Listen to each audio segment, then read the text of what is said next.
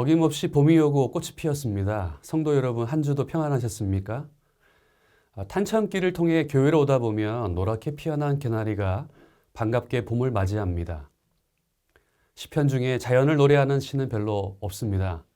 시편 8편은 인간의 모습보다는 자연의 신비와 질서, 우주 만물의 기원과 의미를 노래하고 있습니다. 1절과 9절에서 시인이 하나님의 이름이 아름답다고 노래하는 이유가 무엇일까요? 온 세상을 아름답게 창조하신 하나님이 그 지으신 창조의 세계 속에서 당신의 영광을 드러내셨기 때문입니다. 하나님의 위대한 작품들을 곰곰이 묵상하고 바라다 보면 우리는 하나님의 전능하심과 위대하심을 짐작하게 됩니다. 전 세계 곳곳에 살아가는 사람들 모두는 하나님에 대하여 배우지도 가르쳐 주지도 않았는데 그들 모두는 하나님에 대하여 안다라고 성경은 전제합니다. 알래스카에 사는 사람, 아프리카에 사는 사람들도 저 이름도 알 수 없는 작은 섬에 이르기까지 누구도 예외 없이 하나님에 대하여 아는 것이 전제되어 있습니다. 로마서 1장 20절입니다. 창세로부터 그의 보이지 아니하는 것들, 곧 그의 영원하신 능력과 신성이 그가 만드신 만물에 분명히 보여 알려졌나니 그러므로 그들이 핑계하지 못할지니라. 모든 인간에게 하나님을 알리는 첫 선교사가 자연이라고 이야기합니다. 호주에 가면 그레이트 오션 로드라는 장소가 있습니다. 300km에 이르는 해안도로가 있는데요. 그곳에 12사도 바위 절경이 기가 막힙니다. 하나님을 안 믿는 사람들도 그 장관을 보면서 외치죠. 오 마이 갓. 아랍에미레이트 두바이에 가면 사막 투어를 할 수 있습니다. 그런데 하이라이트는 모든 조명을 다 끄고 사막 한가운데서 하늘의 별을 바라다 보는 시간입니다. 하나님이 만드신 만물을 통해 우리는 하나님을 알 수 있도록 하셨습니다. 시편 19편 1절에 하늘이 하늘의 영광을 선포하고 궁창이 하나님의 행하신 일들을 나타내신다. 하늘을 바라볼 때, 땅을 바라볼 때 하나님의 행하신 일들을 우리는 고백하게 됩니다. 시편의 기자는 하늘과 그 하늘에 하나님께서 베풀어 두신 달과 별을 보면서 하나님, 당신의 이름이 얼마나 아름답습니까를 연발하며 감탄하고 있습니다. 여러분, 광활한 우주를 느껴보았습니까? 자연의 신비로움 앞에서 인생의 초라함을 느끼며 몸서리치는 경험을 해보셨습니까? 그런데 주의 깊게 보면 시인은 하나님이 지으신 세상만 보고 감탄하고 있지 않습니다. 그렇게 아름답고 위대하신 분이 바로 우리 자신을 기억해 준다라는 데 있습니다. 시인은 가장 아름다운 존재인 인간을 바라보면서 찬양하고 있는 것이죠. 3절부터 5절입니다. 주의 손가락으로 만드신 주의 하늘과 주께서 베풀어 두신 달과 별들을 내가 보오니 사람이 무엇이기에 주께서 그를 생각하시며 인자가 무엇이기에 주께서 그를 돌보시나이까. 그를 하나님보다 조금 못하게 하시고 영화와 존귀로 관을 씌우셨나이다. 여러분 3절에 만드신이란 단어가 있고 또 베풀어 두신이란 단어가 있습니다. 하나님이 자연을 주관하시고 통치하시고 섭리하셨다라는 의미인 것이죠. 이 땅의 모든 생물들을 만들어 놓으시고 하나님이 가만히 손 놓고 계신 것이 아닙니다. 주께서 만드신 해와 달과 별을 붙잡고 계시고 주관하신 하늘과 땅을 보면서 하나님을 찬양하고 있는 것이죠. 또 하나님은 우리 인간처럼 눈, 코, 입이 있으신 형체가 있으신 분이 아니라 하나님을 닮은 존재로 우리를 창조했습니다. 어떤 의미에서 우리는 하나님을 닮았다고 할 수 있을까요? 우리가 선택할 수 있는 자유의지가 있고 누군가를 사랑할 수 있는 마음이 있고 불의에 분노하는 마음, 악을 미워하는 마음 등 모든 지정의의 존재로서 하나님을 닮은 형상의 존재입니다. 그러나 타락 후 에덴에서 쫓겨난 인간이 하나님을 보아도 잘 보이지 않는 이유는 인간의 영적인 능력이 무너졌기 때문이지요. 사람을 보아도 그 사람 안에 하나님의 형상을 바라보지 못하게 되었습니다. 인간의 죄악이 가득하기 때문입니다. 그러나 예수 그리스도를 만나고 하나님의 형상이 회복된 자들은 자신들 안에 하나님의 존귀함을 발견할 뿐만 아니라 형제의 모습 속에서도 하나님이 보이게 되는 것입니다. 이러한 거듭남의 경험이 있는 자들에게는 자연을 바라보는 시각과 또 사람을 바라보는 모습이 현저히 달라지게 되는 것이죠. 바로 회복된 인간의 모습을 통해 하나님은 영광을 받으십니다. 회복된 인간의 모습 그 자체가 얼마나 아름답습니까? 형제의 모습 속에 보이는 하나님의 형상 아름다워라. 바로 우리는 하나님의 존귀한 하나님의 형상입니다. 사람의 히브리어 뜻은요, 에노시, 깨지기 쉬운 존재, 부서지기 쉬운 존재란 뜻이며 인자의 뜻은 벤 아담, 보잘것없는 존재란 뜻입니다. 외형적으로 보면 하찮은 존재인데 하나님의 위대한 작품으로 우리를 존귀하게 생각해 주신다는 것이 너무나 놀랍다라는 것이죠. 코에 숨결 하나만 떨어지면 흙으로 돌아갈 준비를 하고 있는 인간들을 하나님은 왜 존귀하게 생각하시는 걸까요? 바로 온 세상 만물을 통치하는 왕으로, 통치자로 권세를 주시는 걸까요? 어찌 이것을 감격하지 않을 수 있겠습니까? 시편 8편 4절 6절과 104편 등에서 인간은 왕적인 영광과 존귀를 지닌 존재인 동시에 하나님이 지으신 피조물을 다스리고 땅을 정복하느라고 종일 수고하는 노동자로 그려집니다. 사람이 무엇이기에 주께서 그를 생각하시며 인자가 무엇이기에 주께서 그를 돌보시나이까.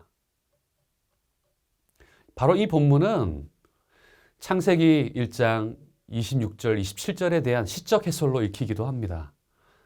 하나님께서는 아담을 하나님보다 약간 모자라게 하셨으나 영광과 존귀와 관을 씌워 주셨다라고 합니다.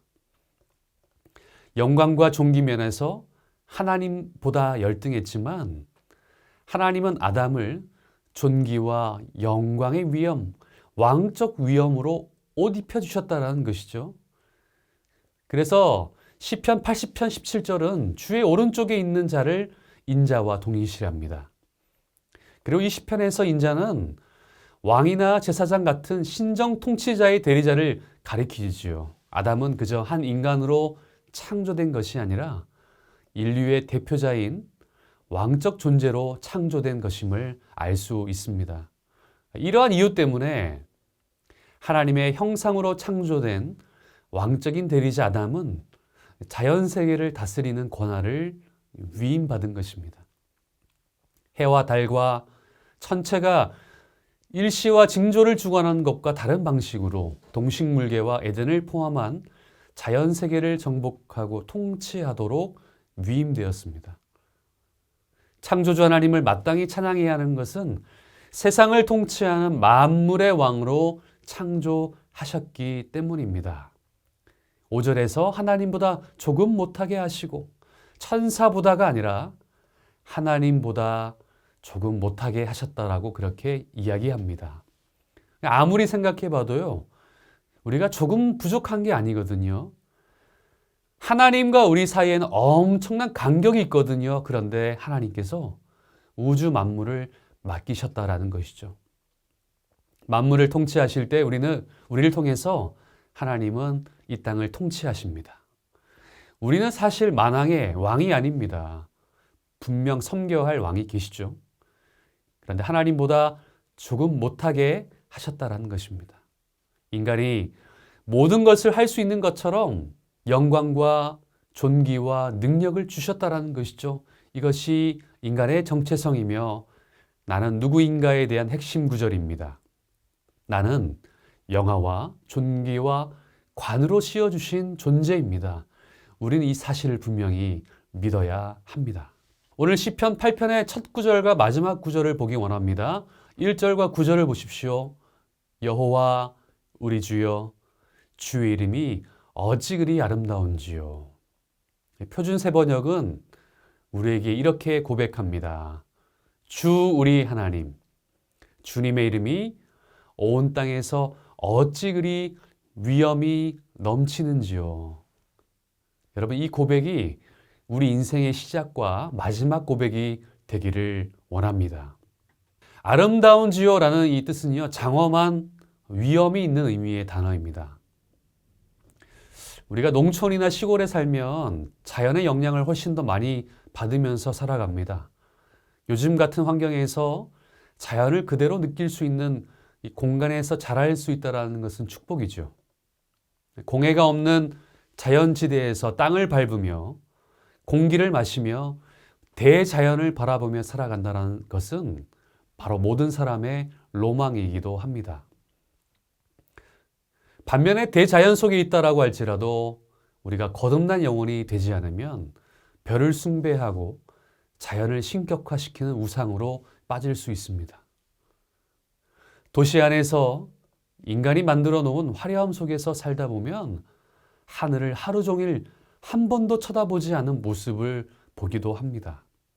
인간이 만든 문명의 세계 속에서 핸드폰만 바라보고 있는 우리 세대의 슬픈 모습을 우리가 돌아보기를 원합니다. 구름과 하늘을 바라보면서 저 멋진 하늘을 쳐다보지 않고 살아가는 우리의 모습을 회개하면서 창조의 세계 안에서 하나님을 찬양할 수 있기를 소망합니다.